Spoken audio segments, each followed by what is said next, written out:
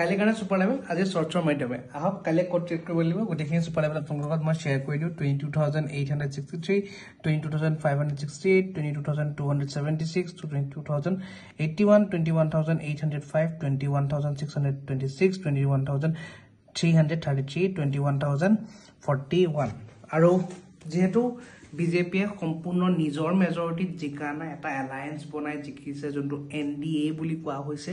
so হেতু কাৰণে আমি যিমান এক্সপেক্ট কৰিছিলো মাৰ্কেটৰ আপসাইড মোমেন্টাম হয়তো আমি হে তেনেকুৱা মোমেন্টাম কাইলে দেখা নেপাব পাৰো ক্লিয়াৰ হয়তো আমি ডাউনসাইড দেখিব পাৰো বেছি বুলিশ ভিউ নেৰাখিব কিন্তু বুলিশ ভিউ এটা দেখা পাম যেতিয়া আমাৰ নৰেন্দ্ৰ মোদী পিএম নিজৰ ওথ গ্ৰহণ কৰিব মানে নিজৰ দায়িত্বভাৰ লব